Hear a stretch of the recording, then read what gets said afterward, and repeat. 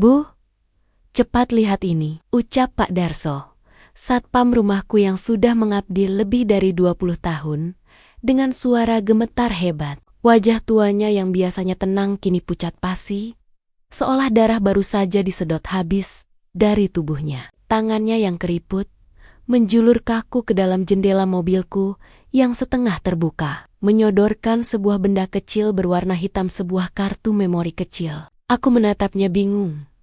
Jantungku tiba-tiba berdegup kencang tanpa alasan yang jelas, merespons ketakutan murni yang terpancar dari mata lelaki tua itu. Saya nggak berani lapor ke sistem keamanan rumah, Bu.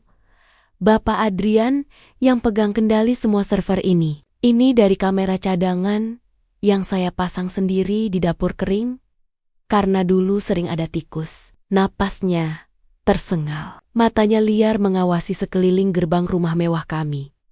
Takut ada yang melihat interaksi ini. Ibu harus lihat sekarang. Di sini, jangan di dalam rumah. Dan, tolong, jangan percaya siapapun di dalam sana, Bu. Termasuk suami ibu. Sebelum ceritanya dimulai, silakan tulis di kolom komentar dari daerah mana saja teman-teman yang mendengarkan cerita ini. Jangan lupa like dan subscribe agar channel ini bisa semakin berkembang dan bisa mempersembahkan cerita yang lebih menarik lagi. Pagi itu seharusnya menjadi pagi yang biasa saja, atau bahkan pagi yang menyenangkan. Namaku Maya, dan jika kalian melihat hidupku dari luar, kalian akan melihat sebuah lukisan kesempurnaan yang dibingkai emas. Di usia 32 tahun, aku memegang kendali penuh atas Wijaya Corp, perusahaan properti raksasa, warisan mendiang ayahku. Aku memiliki segalanya. Kekayaan yang tidak akan habis dalam 7 turunan, reputasi yang disegani, dan tentu saja Adrian.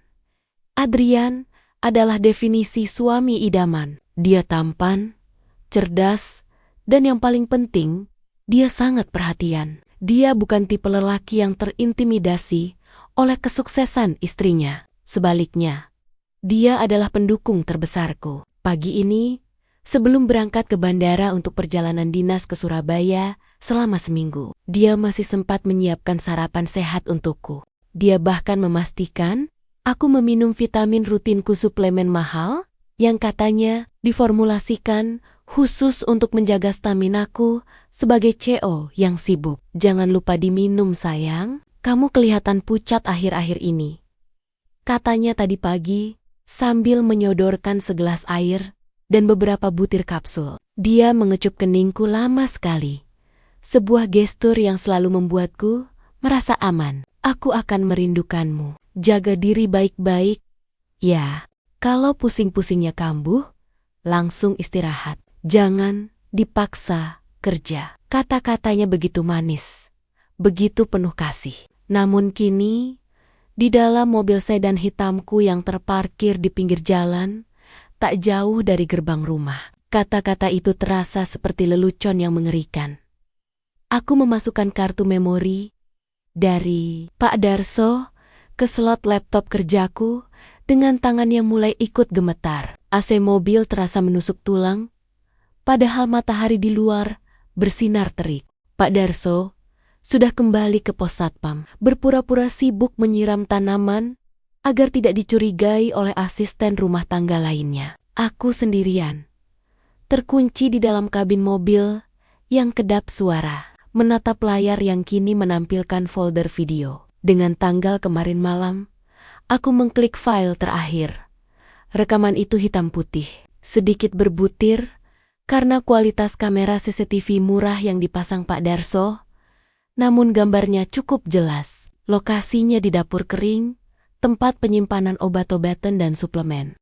Jam digital di pojok layar menunjukkan jam 2:15 pagi. Saat itu, aku pasti sudah tertidur lelap. Sosok Adrian muncul di layar. Dia tidak mengenakan piyama, melainkan kemeja yang masih rapi. Seolah dia belum tidur atau baru saja pulang diam-diam. Dia menoleh ke kanan dan ke kiri, memastikan tidak ada orang. Tentu saja tidak ada. Para pelayan tidur di paviliun belakang, dan aku tidur di lantai atas. Dia membuka lemari kabinet, mengambil toples vitamin yang biasa aku minum setiap pagi. Jantungku serasa berhenti berdetak saat melihat apa yang dia lakukan. Selanjutnya, Adrian mengeluarkan sebuah bungkusan kecil dari saku celananya. Dia membuka toples vitamin itu, lalu dengan sangat hati-hati, dia membuka cangkang kapsil-kapsil vitamin milikku satu persatu. Dia membuang sebagian isi bubuk vitamin asli ke wastafel, lalu menggantinya dengan bubuk halus berwarna putih dari bungkusan yang ia bawa. Dia melakukannya dengan cekatan, seolah sudah terlatih ratusan kali. Setelah mengisi ulang sekitar 10 kapsul, dia menutupnya kembali, mengocok toples pelan agar terlihat normal, dan mengembalikannya ke tempat semula. Tapi bukan itu yang membuat duniaku runtuh. Yang membuatku ingin menjerit sekaris-karisnia adalah ketika Adrian mengangkat teleponnya. Suara di rekaman itu terdengar samar. Tapi karena dapur sunyi senyap, mikrofon kamera murahan, Pak Darso berhasil menangkap suaranya dengan cukup jelas. "Halo? Ya, aku sudah menyiapkannya." Suara Adrian terdengar dingin, sangat berbeda dengan nada hangat yang biasa ia gunakan padaku. "Tenang saja, dosisnya sudah dinaikkan malam ini. Dia tidak akan curiga." Efeknya mulai terlihat. Kok minggu lalu dia mulai mengeluh, sering lupa dan sakit kepala? Hebat. Halusinasi ringan juga sudah mulai muncul. Aku menutup mulutku dengan kedua tangan, menahan isak tangis yang hendak meledak. Air mata panas mulai membanjiri pipiku, mengaburkan pandanganku pada layar laptop. Sakit kepala, lupa, halusinasi. Ya Tuhan, selama 2 bulan terakhir, aku memang merasa seperti kehilangan kewarasan. Aku sering mendengar suara-suara yang tidak ada. Lupa di mana meletakkan dokumen penting. Bahkan sempat histeris karena merasa melihat bayangan orang di sudut kamar. Aku pikir itu stres. Aku pikir itu tekanan pekerjaan. Aku bahkan sudah membuat janji dengan psikiater minggu depan. Atas saran Adrian yang ia berikan dengan wajah penuh kekhawatiran palsu. Di layar, Adrian tertawa kecil, tawa yang jahat dan meremehkan. "Dokter sudah siap dengan diagnosanya kan? Bagus. Dalam sebulan, Maya akan dianggap tidak waras secara medis, atau minimal mengalami gangguan mental berat." Begitu surat keterangan medis keluar, hak wali perusahaan dan seluruh aset Wijaya Corp otomatis jatuh ke tanganku sebagai suami sah. "Kita akan kaya raya, sayang. Sabar sebentar lagi. Aku harus main rapi." Si tua Darso itu agak curiga. Tapi dia bodoh, gampang diakali. Video berakhir. Layar menjadi gelap, menyisakan pantulan wajahku yang hancur berantakan. Duniaku berputar. Rasa mual yang hebat menghantam perutku. Suamiku, Adrian, pria yang kupercayai melebihi siapapun, pria yang bersumpah di depan altar untuk menjagaku, ternyata sedang membunuhku perlahan-lahan. Tidak, ini lebih kejam dari pembunuhan fisik. Dia ingin membunuh jiwaku, menghancurkan kewarasanku, agar dia bisa merampas semua yang dibangun ayahku dengan darah dan keringat. Racun psikotropika, itu pasti zat yang dia masukkan. Pantas saja aku merasa seperti orang gila. Pantas saja emosiku tidak stabil. Semua itu bukan karena aku lemah, tapi karena aku diracuni oleh orang yang tidur di sebelahku setiap malam. Amarah yang luar biasa mulai merambat naik, membakar rasa sedih yang tadi mendominasi. Rasanya ingin sekali aku memutar balik mobil, masuk ke dalam rumah, membanting laptop ini di depan foto pernikahan kami yang besar di ruang tamu, lalu menelepon polisi. Aku ingin berteriak, memaki, menghancurkan segalanya. Tapi kemudian, aku teringat ucapan Adrian di telepon tadi. "Kita akan kaya raya, sayang." Dia berbicara dengan seseorang. Ada orang lain. Ada konspirasi. Dan dia menyebutkan dokter. Berarti ada tenaga medis yang terlibat untuk memalsukan diagnosaku. Jika aku melabraknya sekarang, dia akan menyangkal. Dia akan membuang barang bukti. Dia akan mengatakan video itu rekayasa atau aku yang sedang berhalusinasi lagi, memperkuat klaim bahwa aku gila. Aku belum punya cukup bukti kuat untuk menyeret semua komplotannya ke penjara. Aku menarik napas panjang, mencoba menenangkan detak jantungku yang masih menggila. Tanganku mencengkeram setir mobil arah terat hingga buku jariku memutih. Tidak, aku tidak boleh gegabah. Maya Wijaya tidak dibesarkan untuk menjadi korban yang menyedihkan. Ayahku mendidikku untuk menjadi pejuang. Aku menyeka air mataku dengan kasar. Makeupku mungkin luntur, tapi tekadku justru semakin mengeras seperti baja. Adrian ingin bermain api, baiklah. Dia pikir dia sedang mempermainkan seorang istri yang rapuh dan naif. Dia tidak sadar bahwa dia sedang membangunkan singa tidur. Aku menatap kembali ke arah pos satpam. Pak Darso sedang menyapu halaman. Sesekali melirik cemas ke arah mobilku. Orang tua itu baru saja menyelamatkan nyawaku. Aku berhutang nyawa padanya. Aku mengambil ponselku, mengetik pesan singkat pada sekretaris pribadiku, orang kepercayaan ayahku dulu, yang sempat digeser posisinya oleh Adrian. Rini, batalkan semua meeting hari ini. Kosongkan jadwal saya dan carikan saya laboratorium swasta yang bisa tes toksikologi lengkap secara rahasia. Jangan sampai ada tagihan yang masuk ke kantor atau ke Adrian. Bayar tunai. Sekarang, setelah mengirim pesan itu, aku menatap pantulan diriku di kaca spion. Wajah wanita di sana terlihat pucat dan lelah. Tapi matanya menyala dengan api pembalasan dendam. Adrian bilang, dia butuh sebulan lagi untuk membuatku gila. Sayang sekali. Adrian, waktumu habis. Mulai detik ini, akulah yang akan memegang kendali permainan. Kau ingin melihat wanita gila? Aku akan berikan pertunjukan terbaik yang pernah kau lihat. Sampai kau sendiri tidak sadar bahwa lehermu sudah masuk ke dalam jerat yang kau buat sendiri. Aku menyalakan mesin mobil. Suara deru mesin terdengar seperti raungan perang. Permainan mental ini baru saja dimulai, dan aku tidak berniat untuk kalah. Laboratorium itu terletak di ruko tua di pinggiran kota, jauh dari jangkauan radar Adrian dan koneksi sosialita kami yang berisik. Aku menunggu dengan napas tertahan saat petugas lab menyerahkan amplop coklat tertutup rapat. Hasilnya mengonfirmasi kecurigaanku dengan presisi yang mengerikan. Kapsul vitamin itu mengandung campuran obat penenang dosis tinggi dan halusinogen sintetik dalam kadar rendah. Efek jangka panjangnya bukan hanya kelelahan, tapi paranoia, tremor, dan pada akhirnya keruntuhan mental total.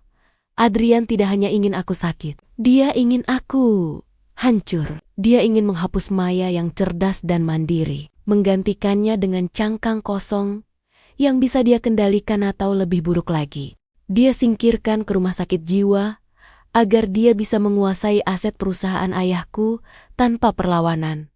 Kemarahan yang tadinya membakar dadaku kini berubah menjadi sesuatu yang dingin dan tajam, seperti pisau bedah. Aku mampir ke apotek di seberang jalan, membeli sebotol suplemen herbal generik yang memiliki bentuk dan warna kapsul hampir identik dengan racun pemberian Adrian. Dengan teliti, menggunakan pinset dan sarung tangan lateks di dalam mobilku yang tertutup rapat, aku menukar isinya. Kapsul beracun itu aku simpan dalam wadah terpisah sebagai bukti hukum kelak. Botol vitamin yang kini berisi placebo tidak berbahaya itu kembali kututup rapat.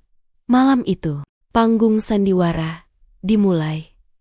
Saat Adrian pulang, aku sedang duduk di sofa ruang tengah, sengaja membiarkan rambutku sedikit berantakan, dan tatapan mataku kosong menatap televisi yang mati. Dia melangkah masuk. Aroma parfum mahalnya bercampur dengan bau samar rokok mint yang kubenci. Sayang, kamu baik-baik saja? Tanyanya. Nada suaranya begitu lembut, begitu penuh perhatian palsu yang membuat perutku mual.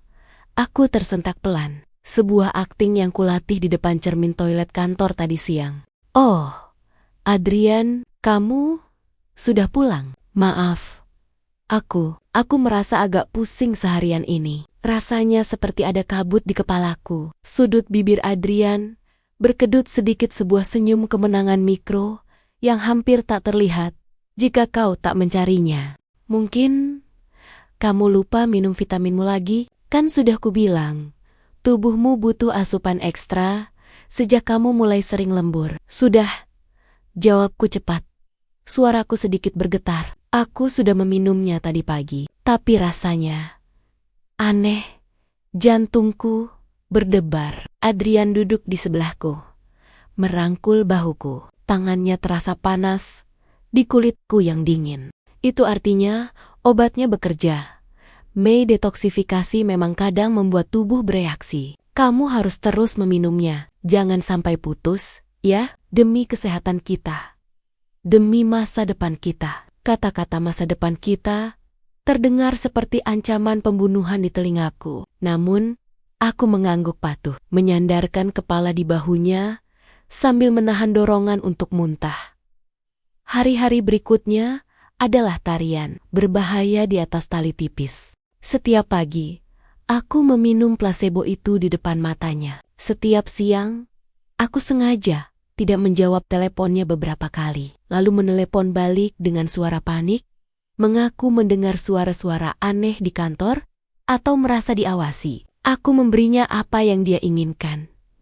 Bukti bahwa istri cerdasnya perlahan mulai gila. Namun, di balik layar, aku bergerak secepat kilat.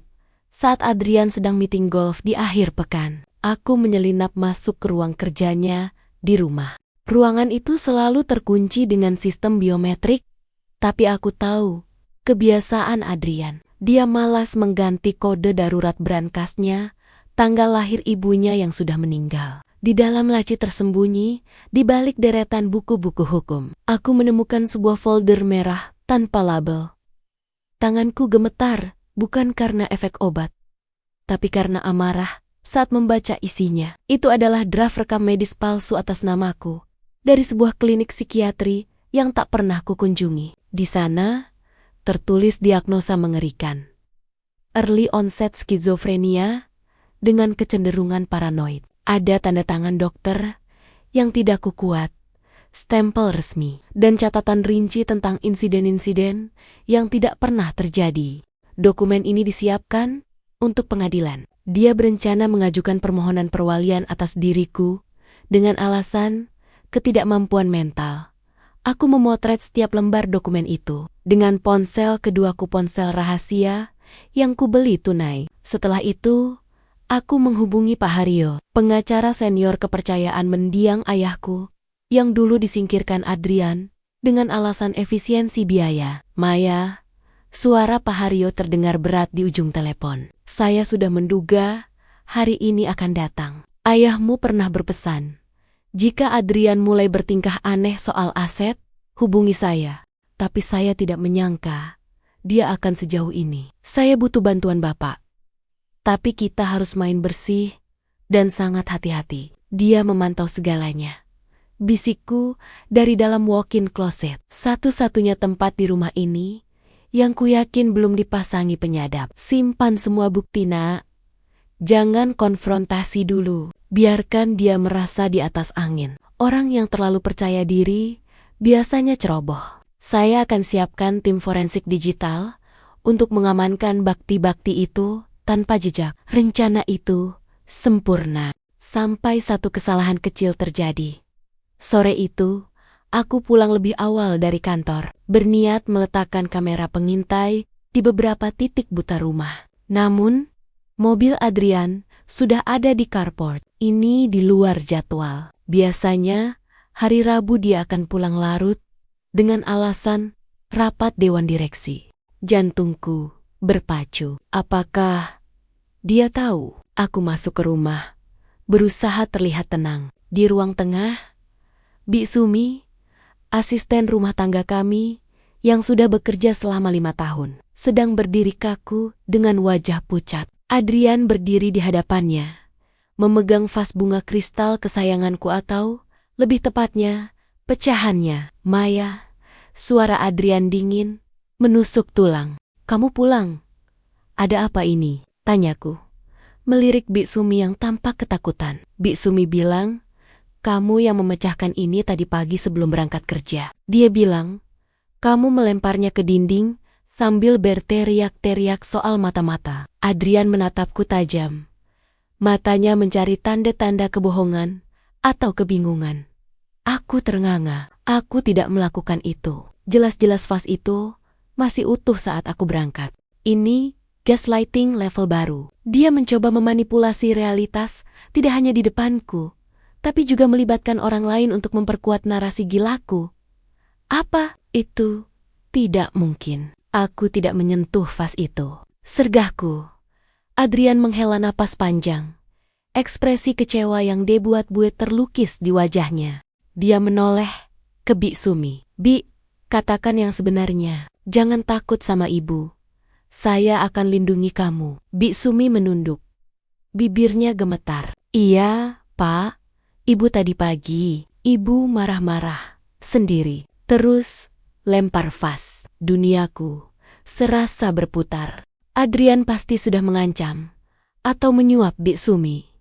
Wanita tua yang selama ini kuanggap keluarga, kini menjadi pion dalam permainan Adrian. Rasa sakit dikhianati menusuk lebih dalam daripada ketakutan. Lihat Mei.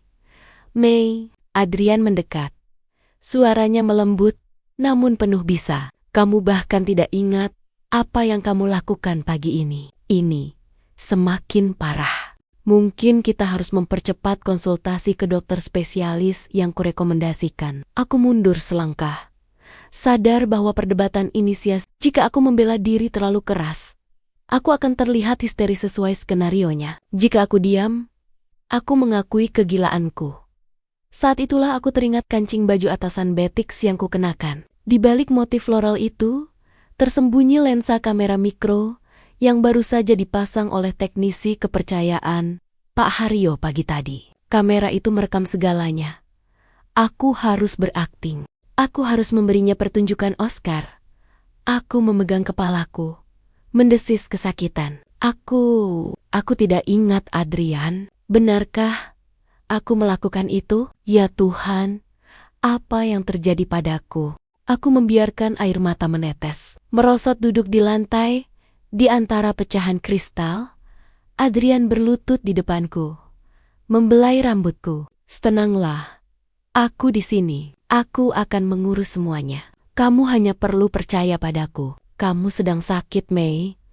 Pikiranmu sedang menipumu. Sambil memelukku, tangan Adrian bergerak memindahkan posisi pecahan vas di lantai dengan kakinya, seolah mengatur tempat kejadian perkara agar terlihat lebih dramatis. Kamera di dadaku merekam gerakan kakinya yang sengaja menendang pecahan kaca agar tersebar lebih luas, menciptakan kekacauan yang lebih besar daripada aslinya. Bik Sumi, perintah Adrian tanpa melepaskan pelukannya padaku, bersihkan ini nanti saja. Biarkan Maya melihat kekacauan yang dia buat, supaya dia sadar betapa serius kondisinya. Kekejaman kalimat itu membuat darahku mendidih. Tapi aku tetap terisak di pelukannya. Maafkan aku, Adrian. Aku takut. Tidak apa-apa, bisiknya di telingaku. Besok kamu tidak usah ke kantor. Istirahat di rumah saja. Aku akan menyita kunci mobil dan ponselmu demi keamananmu sendiri. Kamu tidak stabil. Ini dia, fase isolasi. Dia ingin mengurungku. Dia pikir dia menang. Dia tidak tahu bahwa setiap kata yang keluar dari mulutnya, setiap manipulasi licik terhadap Bik Sumi, dan setiap gerakan tangannya yang mengatur bukti palsu, kini tersimpan aman dalam memory card sebesar kuku jari di balik kancing bajuku. Malam itu, aku dikurung di kamar tidur utama. Adrian mengambil ponsel utamaku, tapi dia tidak tahu tentang ponsel kedua yang kusembunyikan di dalam rongga gagang gorden yang berlubang. Saat Adrian tertidur pulas di ruang tamu dia, bilang dia takut tidur sekamar denganku yang sedang labilaku mengambil ponsel rahasiaku. Sebuah pesan masuk dari Pak Satpam pos depan, Pak Ujang. Beliau adalah satpam tua yang setia pada keluargaku sejak aku kecil. Orang yang sering memberiku mangga muda saat aku pulang sekolah dulu, Bu Maya, maaf lancang malam-malam. Pesan dari Pak Ujang itu membuat jantungku berdegup kencang. Seolah ada genderang perang yang ditabuh tepat di telingaku. Pesan itu singkat namun penuh urgensi. Bu, tolong nyalakan lampu senter dari jendela kamar kalau ibu butuh bantuan. Pak Darso sudah siap di gardu listrik. Aku menahan napas. Pak Darso adalah teknisi listrik langganan kompleks yang juga mengenal ayahku dengan baik. Ternyata, para pegawai setia ayahku masih memihakku. Meski Adrian berusaha keras memutus aksesku ke dunia luar, aku beranjak pelan ke jendela, menyibakkan sedikit tirai, dan menyalakan lampu senter ponsel rahasiaku 3 kali. Sinyal SOS. Namun, belum sempat aku menarik napas lega, pintu kamar tidur utama terbuka dengan kasar. Adrian berdiri di sana. Wajahnya merah padam, napasnya memburu. Di tangannya, ia memegang segelas air dan beberapa butir pil berwarna putih. Itu bukan vitamin. Itu obat penenang dosis tinggi yang pernah diresepkan dokter gadungan kenalannya dulu.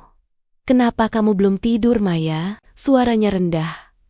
Berbahaya. Kamu main-main dengan senter? Kamu pikir ini perkemahan pramuka? Aku menyembunyikan ponsel itu di balik punggungku dengan gerakan sehalus mungkin, lalu menyelipkannya ke sela-sela bantal sofa. Aku tidak bisa tidur, Adrian. Kamu mengunci semua pintu. Aku merasa tercekik di rumahku sendiri.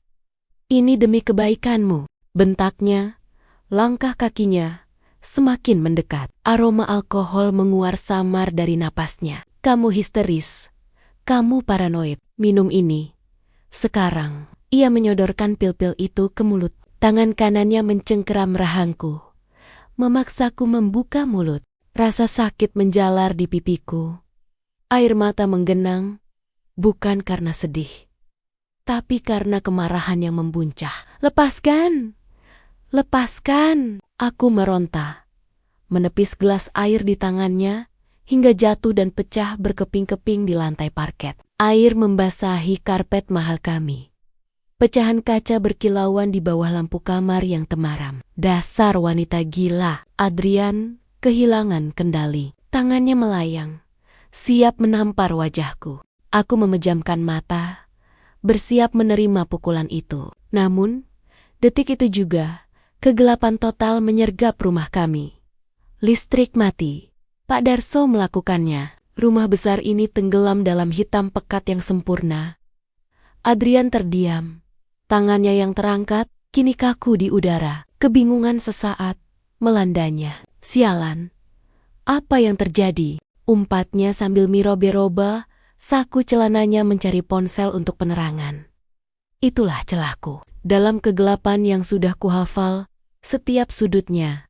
Karena ini adalah rumah masa kecilku, aku bergerak cepat. Aku tidak butuh cahaya untuk tahu di mana letak pintu, di mana letak lemari hias di lorong, atau di mana tangga menuju pintu belakang. Aku menyelinap, melewati Adrian yang masih mengumpat, berlari tanpa alas kaki keluar kamar, menyusuri koridor panjang dengan jantung yang berpacu lebih cepat dari langkah kakiku. Maya, jangan lari, teriakannya menggema mengerikan di lorong gelap itu. Sinar senter ponselnya mulai menyapu dinding, mencari keberadaanku, bagai lampu sorot penjara, mencari narapidana yang kabur. Aku tidak menoleh. Aku berlari menuju pintu dapur, menyambar kunci cadangan yang selalu disembunyikan Bik Sumi di dalam toples. Kerupuk kaleng, sebuah kebiasaan lama yang Adrian anggap remeh dan tidak pernah ia perhatikan. Tanganku gemetar hebat saat memasukkan kunci ke lubang pintu belakang. Suara langkah kaki Adrian yang berat terdengar menuruni tangga. Semakin dekat, klik, pintu terbuka. Angin malam dan hujan deras langsung menerpa wajahku. Tanpa berpikir 2 kali, aku menghambur keluar, membiarkan tubuhku ditelan badai. Halaman belakang becek dan licin, lumpur mengotori gaun tidurku. Tapi aku terus berlari menuju pagar samping yang memiliki celah kecil tertutup tanaman merambat. Jalan rahasia masa kecilku. Di seberang jalan, sebuah mobil sedan hitam tua sudah menunggu dengan mesin menyala. Itu mobil Pak Ujang. Pintu belakang terbuka, dan aku melompat masuk basah kuyup, menggigil kedinginan, namun merasa lebih hidup dari sebelumnya. Jalan, Pak, cepat, seruku. Mobil melaju membelah hujan, meninggalkan rumah megah yang kini terasa seperti neraka itu. Aku melihat ke belakang. Samar-samar terlihat Adrian berdiri di gerbang dengan payung. Wajahnya terdistorsi oleh amarah, tapi ia tak bisa mengejar. Perjalanan menuju safe house terasa seperti mimpi buruk yang panjang. Tubuhku gemetar, bukan hanya karena dingin, tapi karena sisa adrenalin. Pak Ujang tidak banyak bicara, hanya sesekali menatapku lewat spion tengah dengan tatapan iba sekaligus bangga. 1 jam kemudian, kami tiba di sebuah apartemen tua di pinggiran kota. Ini adalah salah satu properti milik Pak Haris, pengacara almarhum ayahku yang selama ini diam-diam membantuku mengumpulkan bukti. Tempat ini jauh dari jangkauan Adrian, tidak terdaftar atas namaku, dan keamanannya terjamin. Di dalam apartemen yang hangat itu, Pak Haris sudah menunggu dengan wajah serius. Di meja kerjanya, tumpukan dokumen dan laptop menyala, menampilkan grafik-grafik rumit aliran dana. "Bu Maya, syukurlah Anda selamat," sapa Pak Haris sambil memberikan handuk kering dan segelas teh hangat. "Kita tidak punya banyak waktu untuk basa-basi. Apa yang kami temukan malam ini akan mengubah segalanya." Aku duduk, masih dengan napas tersengal, berusaha memfokuskan pandangan pada layar laptop. "Apa itu, Pak? Apakah bukti penggelapan Adrian sudah cukup untuk memenjarakannya?" Pak Haris menghela napas panjang, melepas kacamata bacanya. "Lebih dari itu, Bu. Adrian memang menggelapkan uang. Dia mencuri miliaran rupiah dari proyek fiktif renovasi pabrik dan pengadaan bahan baku yang tidak pernah ada. Tapi, yang paling mengejutkan adalah kemana uang itu pergi. Ke rekening judinya kan? Atau wanita simpanannya?" Tebakku dengan nada pahit. "Sebagian kecil, ya. Tapi aliran dana utamanya, hampir 80% dari total kerugian perusahaan, mengalir ke satu rekening penampung di luar negeri. Rekening itu menggunakan nama perusahaan cangkang di Kepulauan Cayman." Pak Haris mengetik sesuatu, membuka sebuah dokumen digital hasil pelacakan forensik perbankan.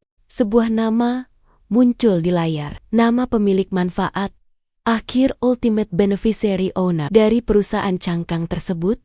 Duniaku seakan berhenti berputar. Mataku terpaku pada nama itu, menolak percaya pada apa yang kulihat. Tulisan di layar itu jelas, tidak mungkin salah ketik. "Sarah Anastasia," bisikku.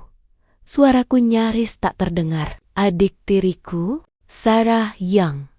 Manis, Sarah yang selalu bilang dia tidak tertarik bisnis dan lebih suka melukis. Pak Haris mengangguk pelan. Wajahnya penuh simpati. "Sarah bukan sekadar penerima dana, Bu Maya, dari jejak komunikasi digital yang berhasil diretas oleh tim IT kami. Sarah adalah otak di balik semua ini. Adrian hanyalah wayang.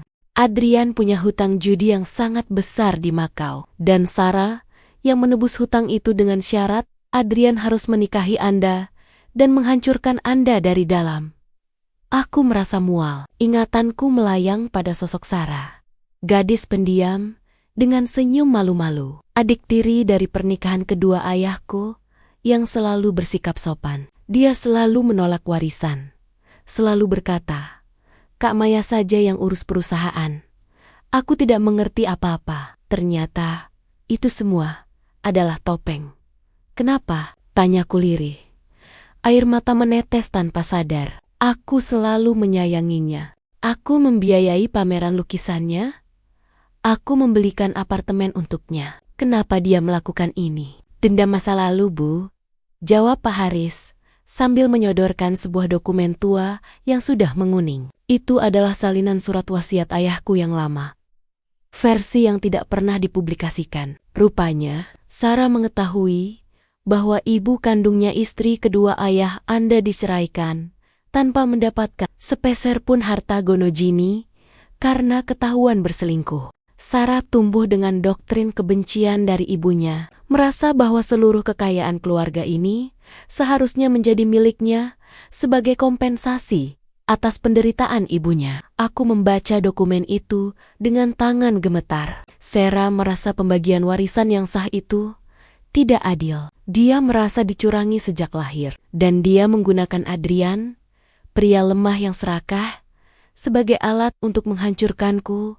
perlahan-lahan. Rencana mereka bukan hanya mengambil uangku, tapi membuatku dinyatakan tidak waras gila, agar hak asuh atas seluruh aset jatuh ke tangan wali terdekat. Dan jika aku dinyatakan gila, dan Adrian suami terbukti tidak kompeten, maka hak perwalian bisa jatuh ke tangan saudara kandung atau tiri, jatuh ke tangan Sarah.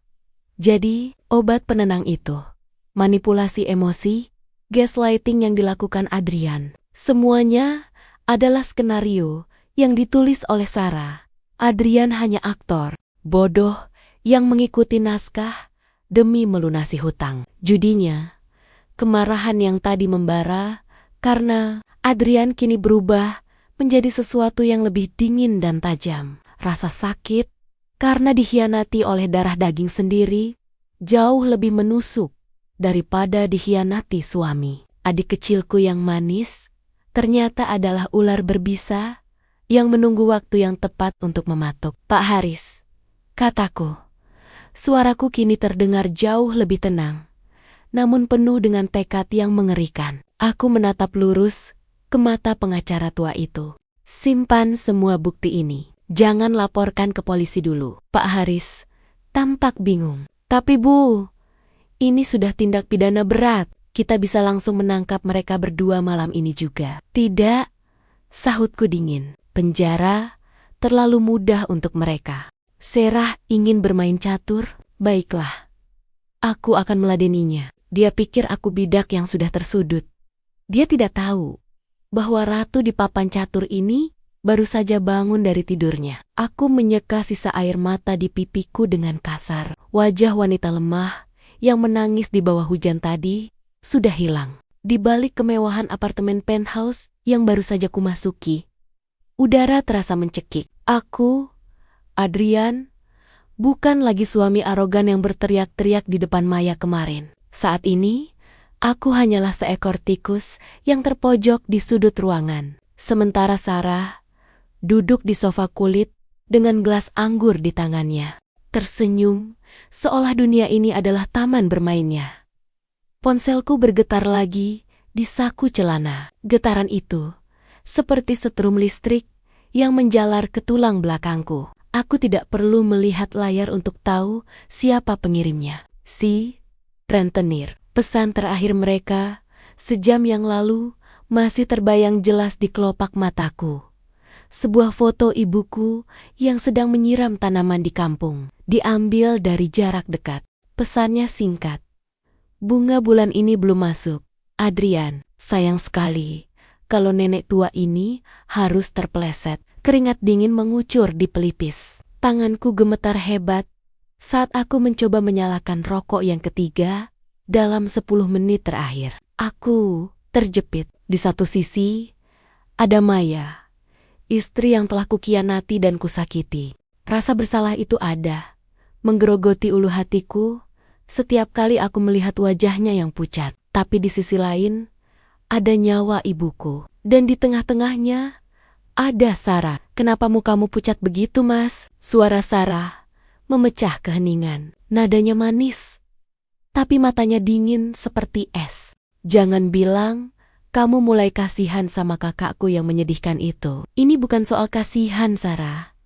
Desisku, suaraku parau karena stres. Orang itu, mereka mengirim foto ibu lagi. Kita harus segera cairkan aset Maya. Kalau tidak, Sarah tertawa kecil. Suara yang membuat bulu kuduku berdiri. Dia bangkit dan berjalan perlahan ke arahku, lalu menyentuh bahuku dengan kuku-kukunya yang panjang dan terawat. Tenang saja, Adrian, semuanya sudah berjalan sesuai rencana. Maya sudah hancur mentalnya. Sebentar lagi dia akan menyerahkan semuanya. Tapi bagaimana kalau dia sadar? Bagaimana kalau dia melawan? Tanyaku, panik. Bayangan Maya yang menatapku dengan tatapan kosong di bawah hujan itu terus menghantui. Sarah mencengkeram bahuku. Kukunya menancap sakit. Wajah cantiknya berubah menjadi topeng kemarahan yang mengerikan. Dengar aku, baik-baik. Kamu tidak punya pilihan untuk mundur. Kalau kamu berani mengacaukan rencanaku, bukan cuma rentenir itu yang akan menghabisimu. Aku sendiri yang akan mengirim bukti penggelapan danamu di perusahaan lama ke polisi. Kamu mau masuk penjara dan membiarkan ibumu mati sendirian? Aku ternganga menatap wanita yang katanya mencintaiku ini. Ternyata aku hanya alat baginya. Kamu mengancamku. Aku hanya mengingatkanmu pada posisimu, sayang.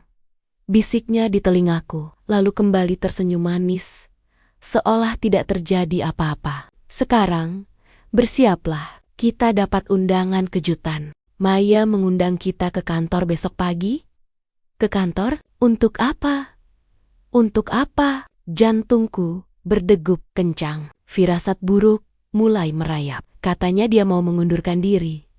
Sarah mengangkat bahu, kembali ke sofanya. Alasan kesehatan mental.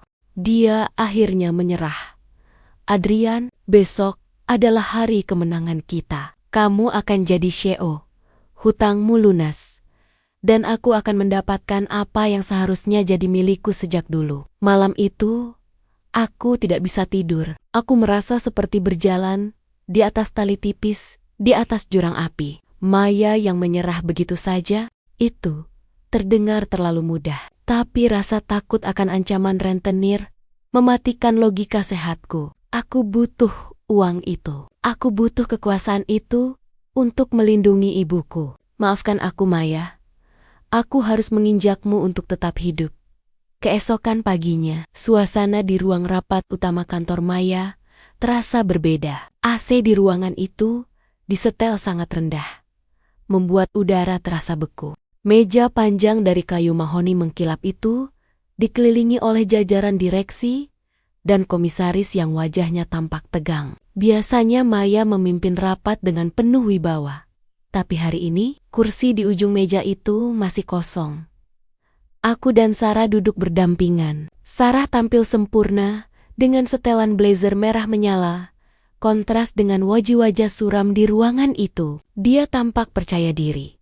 Bahkan sempat menyapa beberapa direktur dengan ramah, seolah dia sudah menjadi nyonya besar di sini. Sementara aku hanya bisa menunduk, meremas-remas tanganku yang basah oleh keringat dingin di bawah meja. Selamat pagi, semuanya.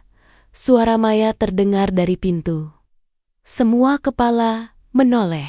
Maya masuk dengan langkah perlahan. Dia tidak mengenakan setelan kerja formalnya yang biasa. Dia memakai gaun sederhana berwarna krem. Wajahnya tampak lelah dan sedikit pucat, tanpa riasan tebal yang menutupi kantung matanya. Dia terlihat rapuh, persis seperti yang diharapkan Sarah. Terima kasih sudah datang mendadak. Maya berbicara dengan suara pelan, sedikit bergetar. Dia tidak duduk di kursi pimpinan, melainkan berdiri di sampingnya, memegang sandaran kursi seolah butuh tumpuan agar tidak roboh. Seperti yang kalian tahu, beberapa hari ini sangat berat bagi saya. Sarah menyenggol si kuku pelan, memberikan kode kemenangan. Aku menelan ludah, berusaha menahan rasa mual yang tiba-tiba menyerang perutku. Akting Maya tahu, mungkin ini kenyataan sangat meyakinkan. Kondisi rumah tangga saya dan tekanan pekerjaan. Maya mengambil napas panjang. Suaranya tercekat. Saya rasa saya sudah tidak mampu lagi memimpin perusahaan ini dengan pikiran yang jernih. Saya didiagnosis mengalami gangguan kecemasan berat. Ruangan itu hening. Beberapa direktur saling berpandangan dengan prihatin. Oleh karena itu, lanjut Maya, matanya kini beralih menatapku dan Sarah. Tatapannya sendu, penuh kepasrahan. Saya memutuskan untuk mundur dari jabatan CEO. Dan saya ingin merekomendasikan suami saya, Adrian, dan adik saya, Sarah, untuk mengambil alih operasional sementara waktu sampai RUPS tahunan bulan depan. Saya percaya mereka bisa menjaga warisan orang tua saya. Jantungku seperti berhenti berdetak. Ini dia, momen yang kami tunggu. Sarah tersenyum lebar. Senyum kemenangan yang tidak bisa ia sembunyikan lagi. Dia langsung berdiri. "Terima kasih Kak Maya," kata Sarah dengan nada yang dibuat-buat sedih. "Kami sangat prihatin dengan kondisimu. Tapi jangan khawatir. Aku dan Mas Adrian akan mengurus semuanya. Kamu istirahat saja. Pulihkan dirimu. Perusahaan ini akan aman di tangan kami." Maya mengangguk lemah. "Tapi sebelum saya menandatangani surat pengalihan kuasa ini, ada satu hal yang ingin saya tanyakan. Hanya untuk ketenangan hati saya sebelum pergi berobat." "Apa itu, Kak?" tanya Sarah. Tidak sabar. Matanya sudah tertuju pada map dokumen di atas meja. Maya menatap lurus ke arah Sarah. "Apakah kalian benar-benar melakukan ini demi kebaikan perusahaan? Atau ada alasan lain?" Sarah tertawa kecil, berusaha mencairkan suasana yang tiba-tiba menegang. "Tentu saja demi perusahaan, Kak. Dan demi kamu juga. Kami sayang sama kamu. Kami tidak mau kamu terbebani." "Benar, Maya." Aku akhirnya membuka suara. Meski tenggorokanku terasa kering, "Kami hanya ingin membantumu." Maya tersenyum tipis. "Sangat tipis. Membantu saya? Membantu saya? Termasuk saat kalian memalsukan tanda tangan saya untuk mencairkan deposito perusahaan 2 hari yang lalu?" Hening. Senyum di wajah Sarah lenyap seketika. Wajah para direksi berubah bingung. "Maksud ibu apa?" tanya salah satu komisaris senior. "Dan Adrian?" Maya menoleh padaku. Tatapannya yang sendu kini berubah tajam, menusuk langsung ke jantungku. "Apakah membantu itu termasuk bersekongkol dengan adik iparmu sendiri untuk membuatku gila, supaya kalian bisa membayar hutang judimu pada rentenir?" "Maya, apa yang kau bicarakan?" bentakku refleks. Berdiri dari kursi, panik mulai menguasai diriku. "Kamu mulai melantur. Ini bukti kalau mentalmu memang tidak stabil." Sarah ikut berdiri. Wajahnya merah pada menahan amarah. "Kak, jangan mempermalukan diri sendiri di depan dewan direksi. Kamu sedang sakit." Maya tidak berteriak. Dia tidak menangis. Dia hanya berdiri tegak, lalu perlahan menekan sebuah tombol kecil di balik meja pimpinan.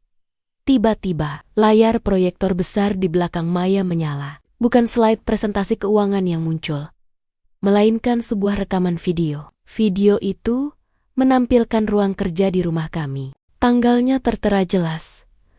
2 malam yang lalu, di layar raksasa itu, terlihat jelas Sarah dan aku sedang berdebat. Suara kami terdengar jernih melalui speaker ruangan rapat yang canggih.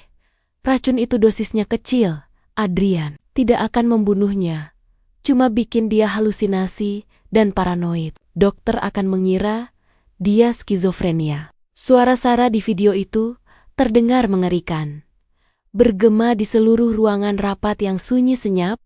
"Tapi kalau dia mati bagaimana?" Suaraku di video menimpali dengan nada takut. "Kalau dia mati, lebih bagus. Kita dapat warisan lebih cepat, hutangmu lunas, dan kita bisa hidup bebas." Napas semua orang di ruangan itu tertahan. Wajah Sarah pucat pasi, seputih kertas. Dia menatap layar dengan mata terbelalak, seolah melihat hantu. Aku merasa lututku lemas, seakan tulang-tulangku dicabut paksa. Maya menekan tombol pause. Gambar di layar berhenti tepat saat Sarah tertawa jahat di video itu. "Ini bukan rapat umum pemegang saham untuk pengunduran diri saya," kata Maya. Suaranya kini lantang, penuh kuasa, dan dingin sedingin kutub utara. "Ini adalah pengadilan untuk kalian berdua." Dia menunjuk ke sudut ruangan, ke arah sebuah cermin besar yang ternyata adalah kaca satu arah. "Dan untuk informasi kalian, rapat ini disiarkan langsung ke kantor kepolisian daerah sebagai bagian dari laporan resmi yang sudah disusun oleh pengacara saya, Pak Haris. Pintu ruang rapat terbuka kasar. Bukan sekretaris yang masuk, melainkan beberapa pria berseragam polisi. Diikuti oleh Pak Haris yang membawa tumpukan dokumen tebal. Kedatangan polisi membuat suasana di ruang rapat yang semula tegang menjadi kacau balau. Namun Maya tetap berdiri tenang di ujung meja, seolah dia adalah konduktor dari orkestra kehancuran ini. Adrian terhuyung mundur. Punggungnya menabrak dinding kaca. Matanya nanar menatap petugas yang mulai bergerak mendekat. Tapi Sarah, wanita yang selama ini kukira hanya sekadar teman curhat yang manipulatif, ternyata memiliki racun yang jauh lebih mematikan. "Tunggu dulu," teriak Sarah. Suaranya melengking memecah keheningan. Dia berdiri, menunjuk Adrian dengan jari gemetar. "Saya tidak tahu apa-apa soal rencana pembunuhan itu." Adrian yang memaksa saya. Dia bilang dia butuh uang untuk melunasi hutang judinya. Dia yang merencanakan semuanya. Saya hanya takut padanya. Saya diancam. Adrian menoleh lambat. Matanya melebar tak percaya. Mulutnya terbuka, namun tak ada suara yang keluar. Pengkhianatan itu datang begitu cepat, begitu tajam, dan begitu tanpa ampun. Wanita yang menjanjikan surga padanya kini mendorongnya langsung ke neraka sendirian. "Apa kau bilang?" desis Adrian.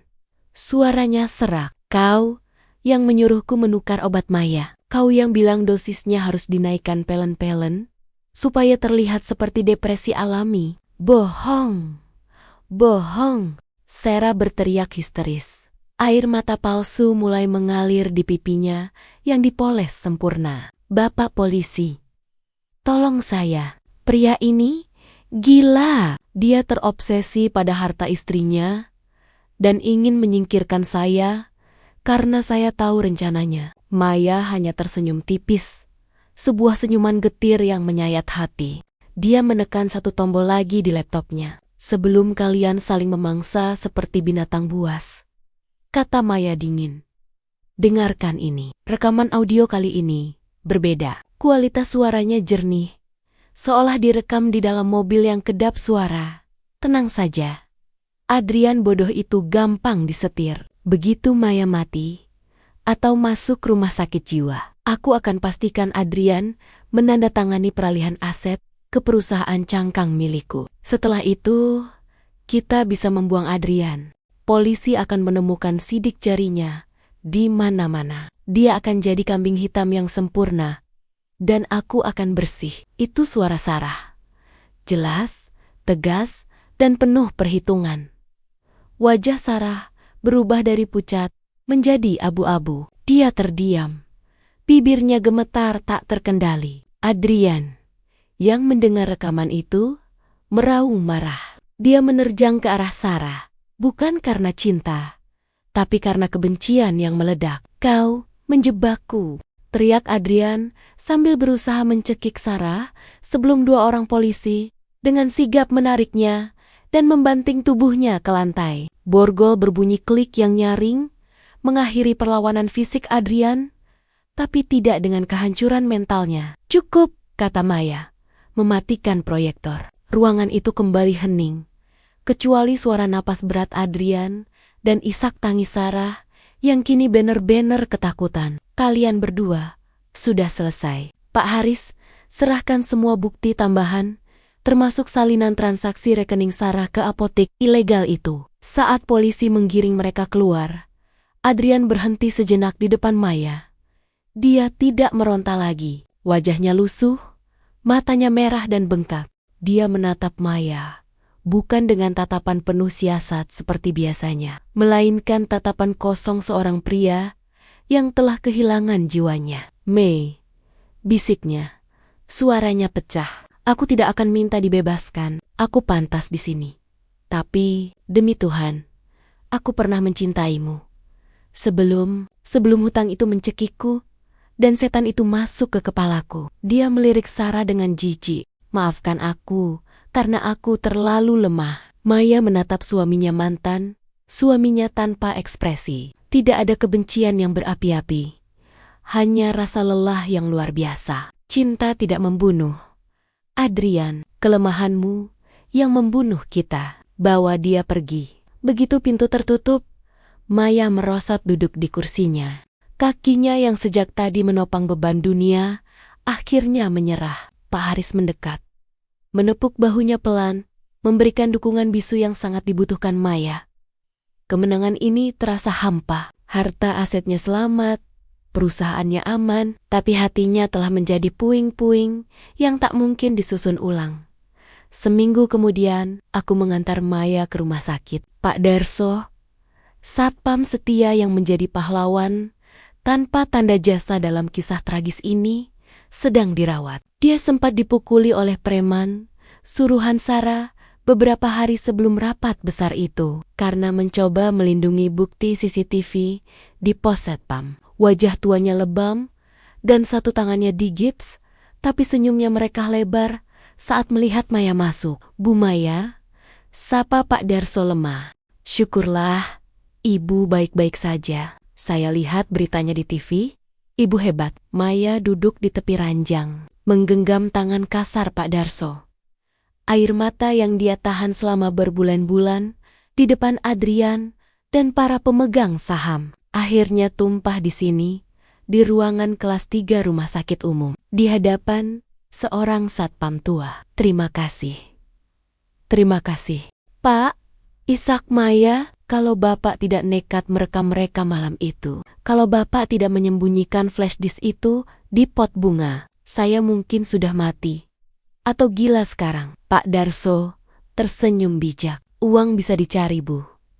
Tapi nyawa dan kewarasan, itu cuma Tuhan yang punya. Saya cuma perantara." Maya mengangguk, mengusap air matanya. Dia mengeluarkan sebuah amplop tebal dan meletakkannya di meja. "Ini untuk biaya rumah sakit dan pensiun Bapak. Saya ingin Bapak pulang ke kampung, beli tanah, dan hidup tenang dengan cucu-cucu. Jangan kerja lagi. Bapak sudah cukup berjuang untuk saya." Pak Darso mencoba menolak, tapi Maya bersikeras itu adalah hal terkecil yang bisa dia lakukan untuk menebus nyawa yang diselamatkan pria tua itu. Sebulan berlalu sejak penangkapan itu. Proses hukum berjalan cepat karena bukti yang terlalu kuat. Adrian dan Sarah divonis hukuman penjara yang lama. Namun, bagi Maya, pengadilan sesungguhnya baru saja dimulai. Pengadilan melawan kesepian dan trauma. Sore itu, aku menemukan Maya duduk di lantai ruang tamu rumah mewahnya. Rumah itu kini kosong melompong. Lukisan-lukisan mahal sudah diturunkan. Perabot mewah sudah diangkut truk pindahan. Dan lampu kristal yang dulu menjadi kebanggaan Adrian sudah dibungkus plastik. Gema langkah kaki kami terdengar memantul di dinding-dinding yang dingin. "Kau yakin akan menjual semua ini, Mei?" tanyaku pelan, takut mengganggu lamunannya. Maya menatap keluar jendela besar yang menghadap ke taman belakang, tempat dulu dia dan Adrian sering minum teh di pagi hari, sebelum teh itu berubah menjadi racun. "Rumah ini bukan rumah Rian," jawabnya pelan. "Ini adalah monumen kebodohanku." Setiap sudut mengingatkanku pada kebohongan Adrian. Di dapur itu, dia memelukku sambil menuangkan racun. Di kamar itu dia berbisik sayang, sambil merencanakan kematianku. Aku tidak bisa bernapas di sini. Dia berdiri, merapikan roknya. Wajahnya terlihat lebih tirus, tapi matanya memiliki ketenangan baru. Bukan ketenangan yang dipaksakan, tapi ketenangan seseorang yang sudah melewati badai dan selamat. "Meski dengan kapal yang karam, aku akan pindah ke desa kecil di kaki gunung, tempat nenekku dulu tinggal," lanjut Maya. "Aku akan berkebun, mungkin membuka toko kue kecil. Aku tidak butuh perusahaan ini. Aku tidak butuh status sosial. Dan aku sudah muak dengan topeng-topeng manusia di kota ini." Aku mengangguk mengerti. Maya telah memenangkan pertempuran hukumnya. Dia telah menyelamatkan asetnya. Tapi dia kehilangan sesuatu yang jauh lebih berharga. Kepercayaannya pada manusia. Dia menyadari bahwa kemenangan terbesar bukanlah melihat musuhnya hancur, melainkan menemukan kedamaian yang telah lama hilang. Maya mengambil tas tangannya, berjalan menuju pintu keluar, tanpa menoleh lagi ke belakang. Dia meninggalkan rumah mewah itu, meninggalkan kenangan tentang Adrian, meninggalkan identitasnya sebagai CEO yang berkuasa.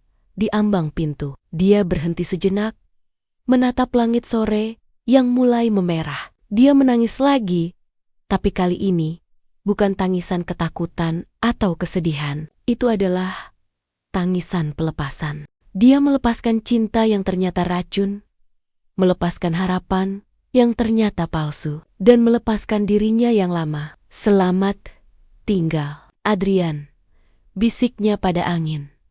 Maya melangkah keluar, menutup pintu besar itu dengan bunyi klik yang tegas, mengunci masa lalunya selamanya di dalam rumah kosong itu, dan berjalan sendirian menyongsong matahari terbenam, terluka, namun akhirnya bebas.